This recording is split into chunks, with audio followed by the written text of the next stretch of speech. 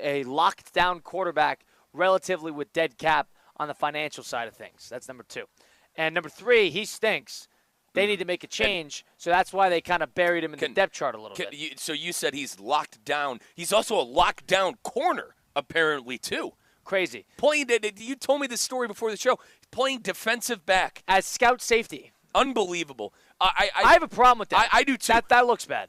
And they've handled this poorly. This is very embarrassing on the Giants side.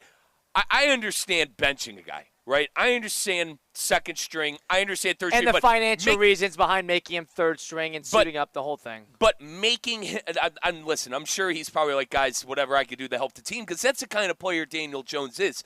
I understand that. But at the same time, as an organization, put your damn foot down. You're going to have your quarterback that's making $20, $25 million a year playing scout team safety. This is Bush League stuff. This is worse than college, worse than high school. What are we doing here? We're a professional franchise. The Giants are a professional franchise. And they have a guy making $25 million a year, $40 million a year on a scout team. And I don't think it's for lack of bodies. Maybe Daniel Jones was bored, needed something to do. The problem is you're not handling this right because you're making Daniel Jones look bad now. And now you got the players in the locker room. I saw a number of players, including Dexter Lawrence, probably their best overall player to media availability, saying that they're handling this poorly. Outwardly saying that they should not be doing Daniel Jones like this, and they should treat him with a little bit more respect for somebody who's given 6 years to that franchise. Now it's 6 years of, pretty subpar football. But in all things considered, they won a playoff game. Right, and I feel like the players like him too. He's a likable guy. He's a likable guy. And there's one thing you can never hold against Daniel Jones. He never played soft. He was a tough, hard-nosed player. He tried his hardest to be available, and he did whatever he could to win. It was never pretty. It was never beautiful, but he was inconsistent enough to where he could hang around. He won a game at the right time so he could get an extension. That's the nature of the NFL nowadays. It's a bad contract. The Giants need to go a different direction. All of that can be true. But another thing that can be true is that Daniel Jones deserves no ill intention from the New York Giants, whether it be via the coaching staff or the front office. He deserves, I'm not saying he deserves a tribute video and a send-off, but treat him with a little bit more respect. And whether this is Daniel Jones' decision or not is one thing. But here's another thing. Daniel Jones was made available to the media today due to these reports, and I was expecting something a little bit more authentic, but what Daniel Jones came out, we have the audio for this, what Daniel Jones came out and said is a scripted, very clearly, if you saw the video, you could see that he's reading something, a statement, if you will, and he came out and said something along the lines of taking responsibility, and to me, this sounds like a retirement speech. Let's take a listen to Daniel Jones at media availability at Giants practice today. For the chance to play here. The Giants are truly a first-class organization, and I have nothing but genuine respect and appreciation for the people who have built it and who helped carry on that tradition. I've met so many special people and created relationships that will truly last a lifetime. Thank you to all my teammates, coaches, and staff that have done so much for me these past 6 years. There have been some great times, but of course, we all wish there had been more of those. I take full responsibility for my part in not bringing more wins. Now, Daniel, I don't know if you didn't realize this. We're in week 12, brother. Right. There is still a number of games to be played. That sounds like a retirement speech. That sounds like he's on death's door and he's addressing everybody before he goes to meet the Grim Reaper. How did the Giants let him do?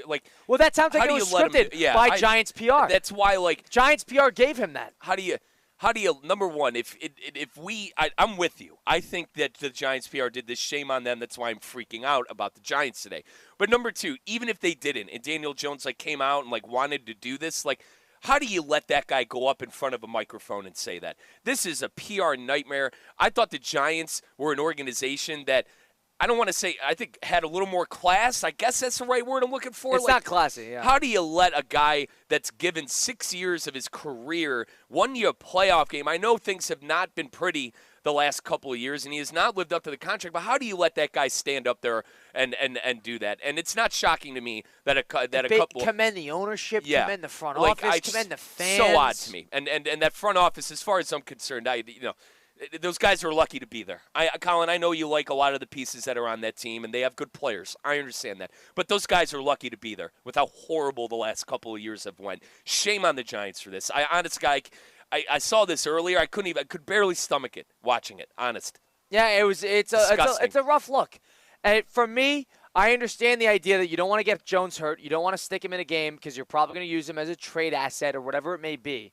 But the idea that Jones has to sit up there at week 12 midweek when he is QB4 playing scout safety in practice, it sounds like a joke. It sounds like a practical joke. That's what it really sounds like. A guy who was starting at quarterback who has been readily available, Eli Manning's replacement. He was the famous Eli Manning who took down Brady twice in the big one. He was that replacement. That was Daniel Jones, and he won you guys a playoff game. To me, whether Daniel Jones wanted to do all the stuff at practice or not, I'm not there. I can't comment to that. But what I do know that Daniel Jones will do is he'll play it safe. He'll push all the right buttons in regards to the media, in regards to the coaches, in regards to his teammates. He is not something that people speak illy about. He is not somebody that deserves any sort of criticism based on how he carries himself. Now, his on-field performance can totally be criticized. But the fact that they're making him sit up there and address read off the a media, teleprompter for read off a statement that the Giants scripted for him that basically thanks the team, thanks the ownership, thanks the front office for the opportunity, thanks his teammates, and then takes all the blame for their wrongdoings is a little much. It's much, and it sounds like you said, retirement speech, and I'll even take it a step further. It sounds like he's being traded. It sounds like he's already off the team. Brother, week 12? Would you say week 12? Come on. As an organization, Giants have to be better. I feel bad for Daniel Jones, and you got to feel for the guy. He plays hard. You do. And listen, I've been He's not that good, but he plays hard. I've been, as you've astutely pointed out, I've been his biggest critic when it comes to on-field stuff. But the kid is a class act, and I honestly, God, could barely stomach watching the crap that we watched. And I know people had the Tommy DeVito fever and whatever. Come on, he's better than Tommy DeVito. And they're not even handling it properly because now Drew Lock goes to the media in media availability on Monday, and he says, I was under the impression I was quarterback too, and he was clearly distraught with the decision to go Tommy DeVito. So if you were to really dial this down and try to boil down the reason that the Giants, number one, put Jones at the bottom of the depth chart, getting reps behind Tim Boyle, and you're trying to make sense of the fact of why Daniel Jones is that low. And number two, why Tommy DeVito is the starter over Drew Lock, who is a more proven, more capable, and clearly a more talented quarterback than Daniel Jones. There's a couple reasons you could probably chalk it up to. Number one, ticket sales. Tommy DeVito is an Italian guy who embodies New York, and he was a fun story, and his agent, and they played that game against Green Bay on Monday Night Football last year, and everybody got into it for about grand total of 8 hours total during TV time. That was one reason. Another reason is Tommy DeVito, in a lot of ways, does not put you in as good of a position to win comparatively to Drew Lock, so maybe they're trying to maximize draft position. Whether you want to call it that or not is up to you. But the idea that they're just trying to sell tickets now and create a story instead of giving Drew Lock a chance. Drew Lock probably went there thinking I could go get a shot. Agreed. Because who knows what's going on with Daniel Jones. And I like Drew Lock, and he's played pretty well in his career. Pretty up and down, but probably deserves a shot there. This looks bad. This looks amateur. For the New York Giants, one of the more famed, historical, and monumental franchises in the entire league, it looks amateur. And we talk to Mike Tannenbaum every week, former NFL GM, and he mentioned Drew Lock by name. He goes, Colin and Riz, they probably go Drew Lock if Daniel Jones is the guy. He's a capable backup. We've seen him have some success in this league. I mean, Lock's been with the Broncos. He's been with the Seahawks. He's had numerous teams where he's at least been able to sling the football a little bit. And I'm with you on the whole DeVito thing. They're trying to sell tickets, and they're trying to get his agent on the sideline. Yeah, they're trying to maximize. Stupid. They're trying to maximize a story for a crappy year. And it's been a crappy year there in New York. And I can't express enough how much I think this is a bad look of having Jones go up there and suck up to the world-class organization who arguably has a GM and a head coach that should be fired. Now, there's one thing that Jones has made plenty of money from that organization, money that he probably doesn't deserve. So that's one thing. So at the very least, monetarily, he's been compensated. But he's handled himself right. The least you could do is put him at second, maybe even third. I'll listen to that for the financial reasons. And just let him stay out of the way. to make him do all this stuff, the nonsense sides, the side stories that you're creating out of this. The Giants are now a big story this whole week because of how they're handling the quarterback position.